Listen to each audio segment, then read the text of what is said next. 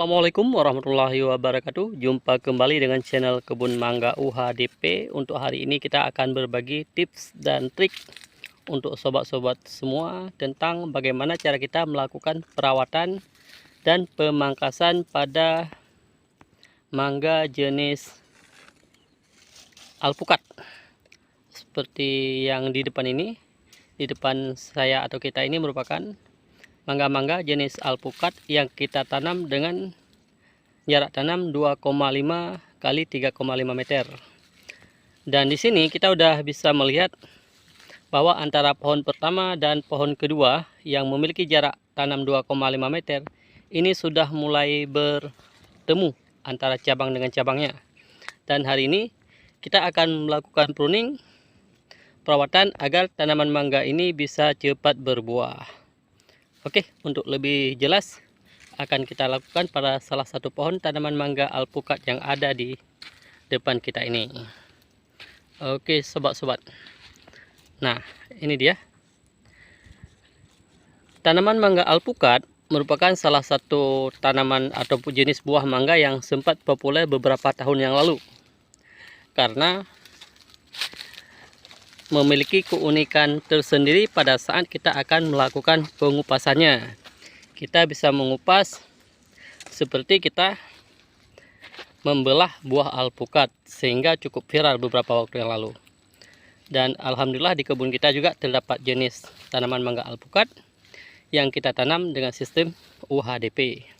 Dan seperti sobat perhatikan, tanaman alpukat ini memiliki karakteristik yaitu batang-batang yang sedikit agak lebih lemah dibandingkan dengan tanaman mangga jenis Kyoji.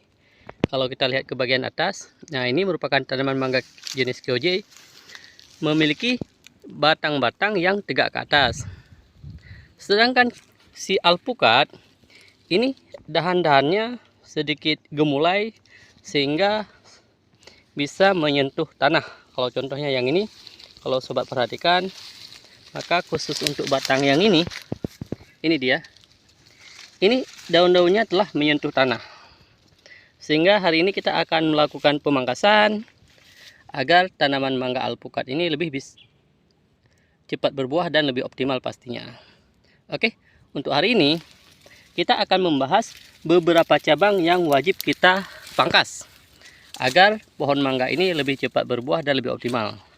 Salah satu cabang yang perlu kita pangkas adalah cabang-cabang ataupun dahan-dahan yang mengarah ke bawah. Salah satunya seperti sobat lihat yang ini.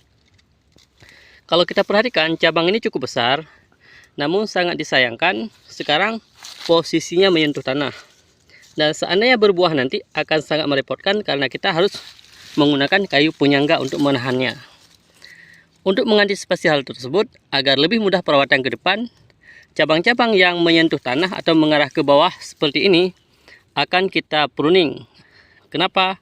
Karena biasanya cabang-cabang yang menyentuh tanah ini akan sangat rentan terserang penyakit. Jadi untuk hari ini akan kita pruning di bagian bawah ini. Oke sobat ya. Oke, kita pangkas, kita potong. Oke, selesai. Cukup besar dahannya. Oke, dan selain yang tadi, ini juga ada satu dahan yang juga menyentuh tanah. Dan hari ini juga kembali kita pruning.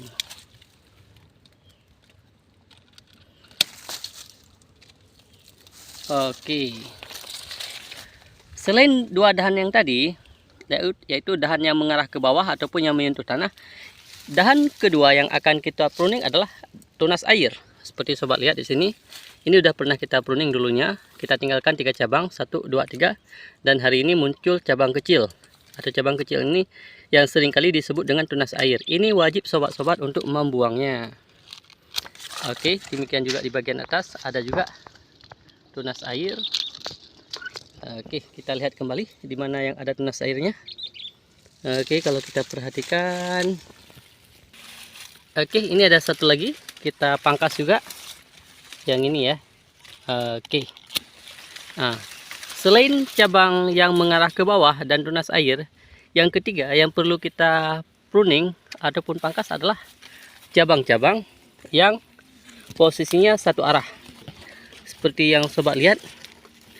Seandainya di tanaman mangga sobat terdapat cabang yang satu arah, ataupun yang cabang itu posisinya saling berhimpitan. Contohnya cabang yang ini dia. Nah, yang ini cabangnya, posisi cabang yang ini, kalau kita lihat ini cabangnya bagus, ini mengarah ke atas. Sedangkan yang ini satu arah dengan cabang yang lain. Nah, ini udah satu arah dia. Jadi cabang yang satu arah ini perlu kita pruning juga. Jadi yang ketiga, cabang yang perlu kita pruning adalah cabang yang posisinya satu arah dengan cabang-cabang yang lain. Oke. Yang keempat, yang perlu kita pruning adalah tunas-tunas yang tumbuh setelah kita melakukan pruning dahulunya, yang jumlahnya melebihi daripada 2 atau 3 tunas. Ini kalau sobat perhatikan di sini ada 1, 2, 3, 4, ada 5. Jadi seandainya ada 5 seperti ini, kita akan merawat 3 tunas saja. Oke, kita buang. Yang ini dia. Kemudian juga di bagian yang lain, seandainya ada tunas yang lebih daripada 3, kalau sobat lihat yang ini ada 4, ada yang kecil 1. Yang ini akan kita pruning. Oke. Yang kelima yang kita pruning adalah cabang yang mengarah ke atas. Kenapa? Karena cabang-cabang yang tegak ke atas merupakan cabang yang bersifat vegetatif. Jadi pada saat cabang vegetatif itu kita pruning, maka di bagian tersebut akan muncul cabang-cabang yang mengarah ke samping atau bersifat generatif. Seperti contohnya yang ini, kalau sobat perhatikan, cabang ini tegaknya ke atas. Ini contohnya, dia ke atas. Kita akan pruning di bagian ini dengan harapan nanti setelah 2 atau 3 bulan akan muncul cabang-cabang yang mengarahnya ke samping yang memiliki sifat generatif, sehingga tanaman mangga alpukat ini lebih cepat berbuah nantinya. Satu batang udah kita pruning, kita ambil lagi batang yang lain. Ini udah cukup tinggi, kita lanjutkan pruningnya. Oke sobat, kita lanjutkan kegiatan kita. Masih banyak sekali cabang-cabang di tanaman mangga jenis alpukat ini yang akan kita lanjutkan pengerjaannya. Kebun mangga UHDP alhamdulillah telah selesai kita kerjakan proses pruning ataupun pemangkasan pada tanaman mangga jenis alpukat. Inilah bentuknya yang barusan kita kerjakan. Terlihat sekarang jika dahan-dahan tanaman mangga ini telah lebih leluasa terkena sinar matahari. Sangat jauh berbeda dengan sebelum kita pruning. Ini merupakan salah satu tanaman mangga alpukat juga yang belum kita pruning. Maka sobat tentu pasti bisa membedakan yang belum dipruning. Bentuknya seperti ini, daun-daun dan dahannya sangat banyak. Sedangkan setelah kita pruning, bentuknya menjadi lebih sederhana. Dan insya Allah semua pohon yang ada di sebelahnya akan kita pruning sehingga seperti ini. Harapan kita dengan dilakukan pruning, maka dahan-dahan yang ada ini akan lebih cepat membesar nantinya. Dan pastinya pohon mangga ini akan lebih cepat produktif ataupun berbuah.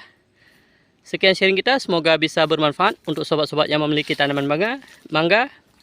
Jangan pernah takut dan ragu untuk memangkas, karena pangkas merupakan salah satu kunci sukses dalam kita berkebun tanaman mangga. Yang belum subscribe, silahkan di subscribe untuk mendapatkan update terbaru dari kebun mangga UHDP. Sekian sharing kita, semoga bisa bermanfaat. Assalamualaikum warahmatullahi wabarakatuh.